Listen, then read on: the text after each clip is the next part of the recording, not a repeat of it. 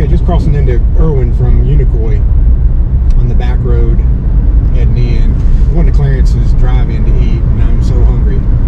I'll give you more history when I actually get downtown walking around, but by golly, all I can think about right now is the fried chicken and some mashed potatoes. Alright, we're about to hit the business district here, it looks like.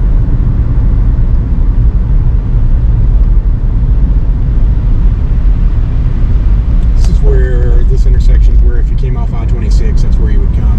You drive down there and make a right and come into here, into town. We have a wonderful apple festival every year. I think it's October, maybe September, but I think it's October every year. And it is, I'm telling you, it is packed.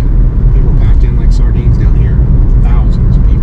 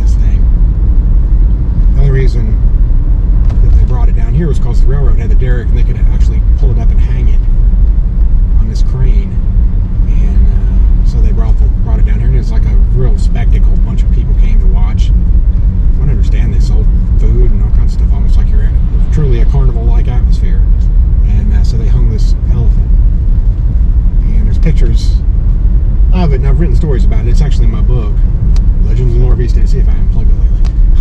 Anyway, they hang this thing, and there's a picture of it, and it's, you know, it's a picture of a horse hung. What do you expect? But I'm telling you, I've had death threats over just posting that thing. People do not. And I'm not talking about the Erwin people. I'm talking about animal lovers and so forth. And like, this thing happened 100 and some years ago. And the fact of the matter is, poor old. Seems like nobody cares about the poor old guy who got his head smashed in. He was like, you know, he was a guy.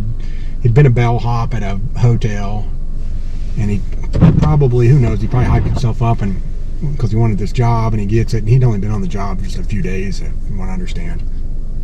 So he uses that bull hook. Which, if you've seen one of those things, I mean, yeah, it's not a good idea to grab an elephant with that thing. It stabs someone, kind of. And anyway, obviously the elephant did not appreciate that, and so it picked him up, threw him, and stomped his head in. And I mean, it had to be just the most gory scene of all times. So, of course, word of that gets around town, and people are wanting some paybacks on the elephant. But these days, nobody seems to care about the guy. It's about the elephant. I guess maybe showed a picture of a dead bad guy, maybe we'd get more sympathy for him, but I just think the way it works out for some reason. I'm driving down through the downtown. I don't know how I missed Clarence. I don't know what's going on. Maybe it's on the backside of Erwin. I'll walk down through here in a little bit, so don't worry about me going by here too fast right now. Give you just a quick look.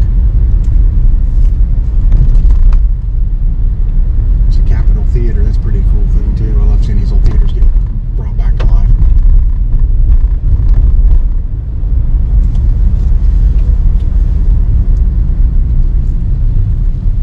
Erwin is known as the Valley Beautiful. I actually stopped in one of these antique stores. It's also known, and I just did an article, I posted a picture, and I just bought a piece of a Blue Ridge brand by Southern Pottery. I bought a dish from there, and then it was very famous dishware back in, I guess it was from the 1930s to 1950s was its real heyday. It started in, I think, 1916, but it really took off just before World War II. And you talk about high quality stuff. That pottery was amazing. I love this dish I've got there. It's heavy, and every one of them they were individually painted. So you got a piece of art, not just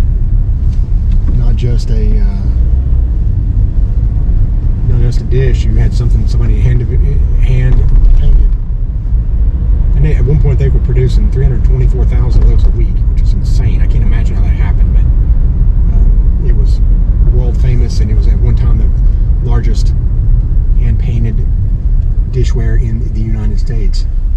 And of course, after World War II, plastic dinnerware became popular, and then also Japan, since we had better terms with them, their imports competed with it, and so by the end of 1950s, Southern Potteries was no more, and with that went the Blue Ridge brand.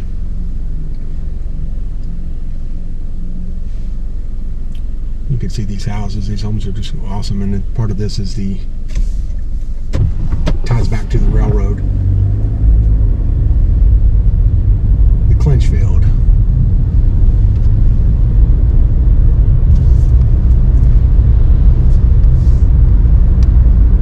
But I love these houses.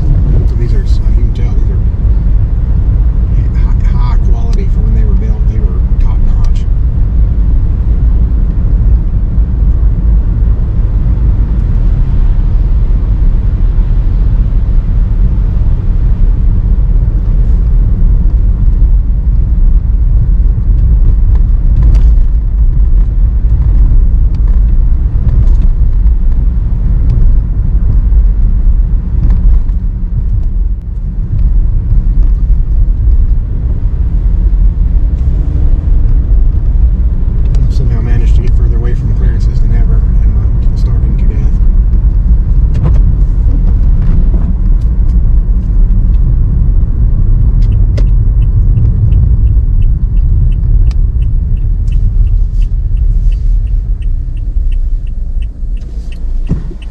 Southern Potteries went out of business. It was, I think, January 1957 is it went out, but it never went out of style per se.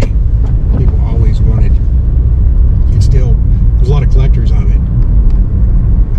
Most of their patterns were floral, and that's the kind that I have. But they did some of scenes like farm scenes, some of animals, and some of people, and those are really highly collectible. And there's also some of them were hand signed by the artists, and those are extremely popular as well. So you have to find them in an antique store, eBay or somewhere, but if you get your hands on some Blue Ridge pottery, you've done, you're going to be very well pleased with it, because it was top of the food chain. And it just shows you the quality of how things were built back then. It was heavy, there's just something about it. There's nothing made today in my mind that I've seen that I can afford that would compete with it. A lot of these antique stores around here have it, which is great.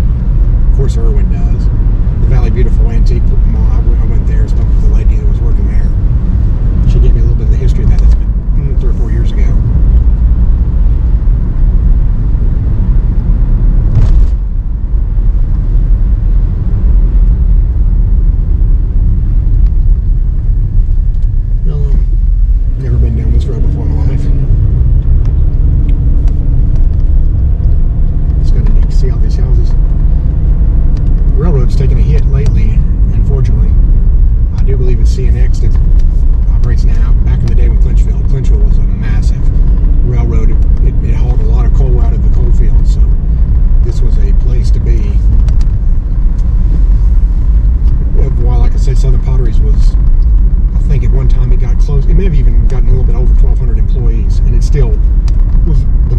spoiler behind the railroad. So there's a lot of railroad pride here, and certainly a lot of pride for the Southern potteries. And it's not so much pride about the murderous Mary story, unfortunately. But if you want to check it out, buy my book. I'll put the link in the comments. That's just how I am. Something's got to put gas in the tank of this car, so if I could sell a book, God bless me. Let's see. Have to get back on something kind of manish, I guess. Anyway. Well, I didn't intend to show you this much of Erwin, so it's a blessing. Like I said before, if you like the longer videos, here's your one. If you don't, you probably checked out about 30 minutes ago and I'll never hear from you again.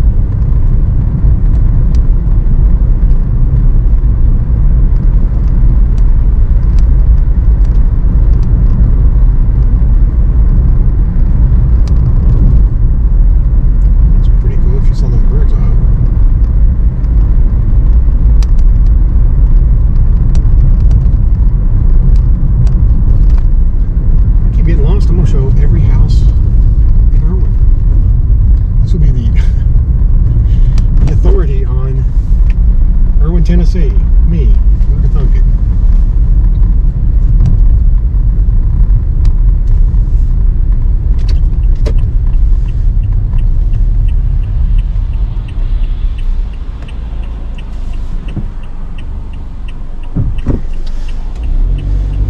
Hope I don't get snowed in here. I'm trying to get to Cherokee. I gotta lose some money tonight. I hit that roulette wheel and always bet on black. I learned that from Wesley Snipes in Passenger 57.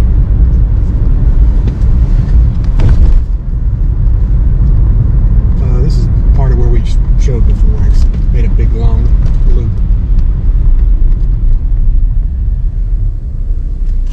Yeah, one thing, I'm about to run out of things to talk about. I'll end up singing Chris Young's Greatest Hits or something. I was listening to that before I go down here, so if I bust out into All in All or something, you know where it came from.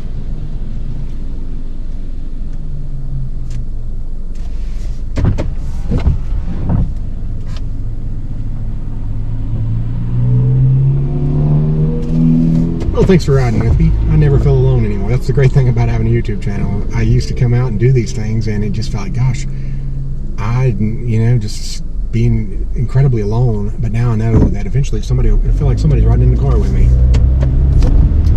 And even better, some of these things I'm seeing, people know a lot more about and fill in the blanks, and that is a great feeling. I love that. Because I always leave with questions like, I wonder what this was, or wonder what life was like here, and when I hear from people who can fill that in for me, man, it makes my whole day. One of the reasons I do this.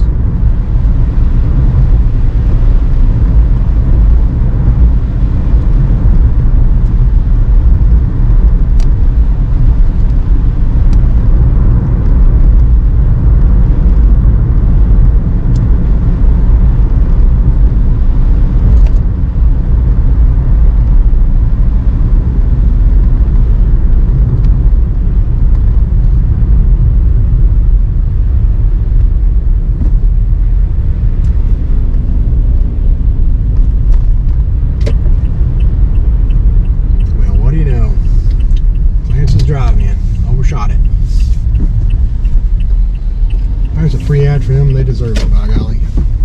Oh, we'll hit somebody headlong here.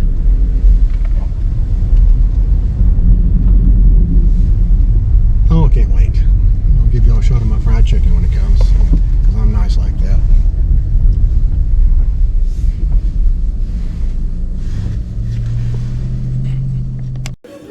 As promised, there's my meal, friends. Now, am I going to live much longer? Probably not, but I will die a happy man with the fried chicken, corn nuggets, mashed potatoes and gravy, and a little bit of slaw and bread. Why not? Don't anybody tell me how many carbs are in that, or calories.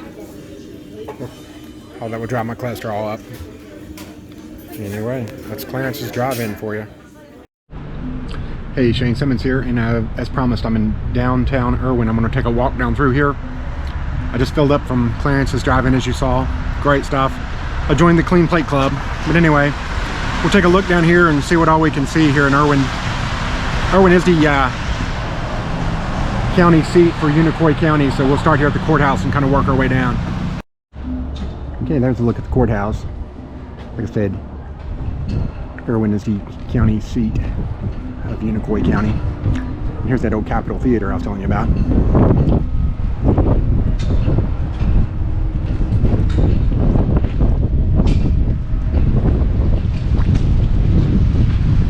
Like that marquee.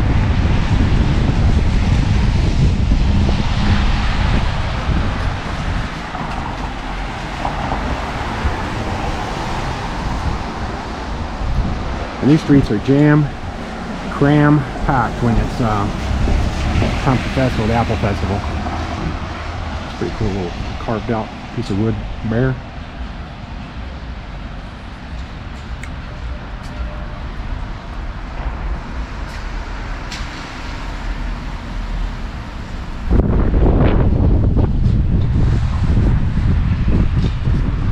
Like that sign there too, Clinchfield Drug Company. You'll see a lot of references to Clinchfield because of the railroad.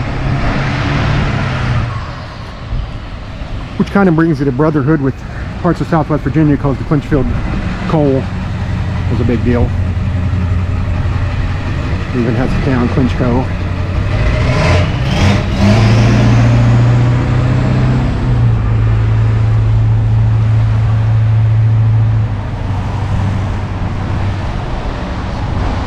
Shots of what's going on down through here.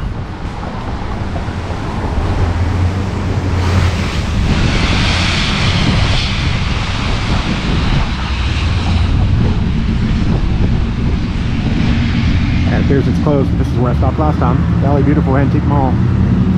Closed for the day.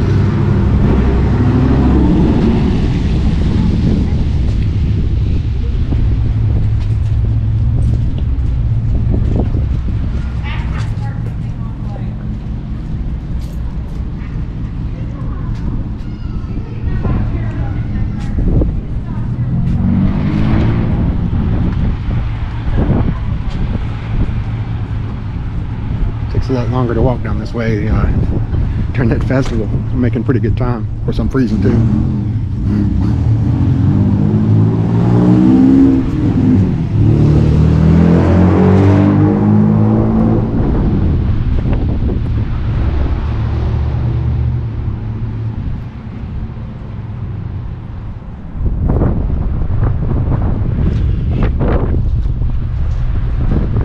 Yeah, across the street and walk back up.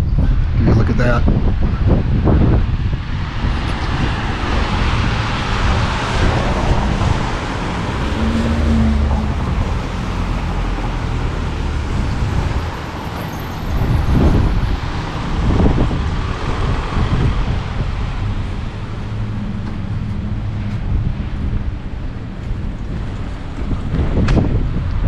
Expect this much traffic today. Yeah, I'm jaywalking. I'll probably have Barney Fife out here on me.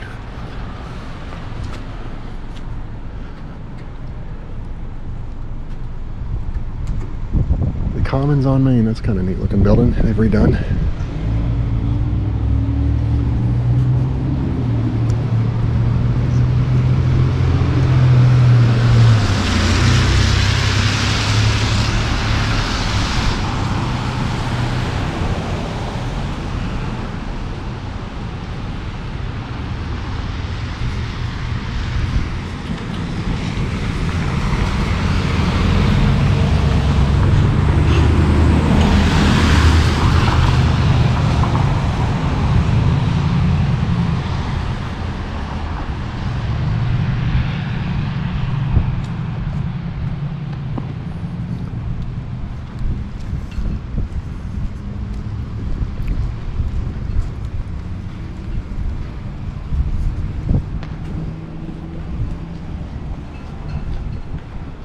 view of that theater from across the road.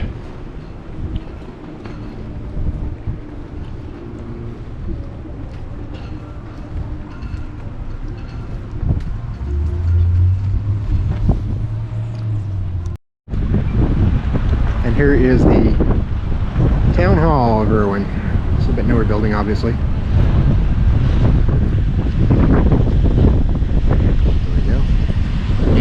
Wrap this video up by, there's a few things I didn't mention earlier. Erwin was founded in 1876. It was actually supposed to be named after a fellow named David Ervin.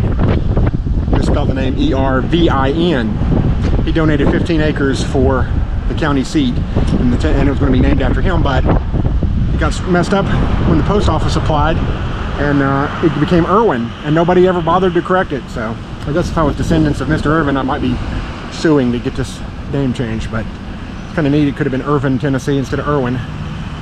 Very odd how things happen that way. Also, there's what's called nuclear fuel services here, and what they do is they repurpose old weaponized uranium into fuel, and a lot of that is used by the Navy. So a lot of people don't realize that about here. It's not very obvious. It's kind of tucked away. Obviously, you're dealing with very protected resources, so kind of strange. It's a little bit like Oak Ridge, Tennessee. They call that the secret city. It's kind of the way it is here. It's tucked away, and you'd never know it if you just rode through town. So that's a cool little feature. But that'll wrap this baby up here, and I'll see you down the road. I hope you enjoyed this, taking a look at the real Appalachia. And thank you guys for liking, subscribing, commenting, and everything else you do to support us. And some money. I do want to thank Josh Taylor. He probably didn't get to this far in the video. Who did? I have to thank him again at some other point. He just sent a donation yesterday. Thank you so much. Also to Barbara Audrey, and got some more to catch up on those, and I'll do that in another video. But thank you guys so much for watching these things, and hope you enjoyed this look at Erwin, could have been Irvin, Tennessee, in Unicoi County.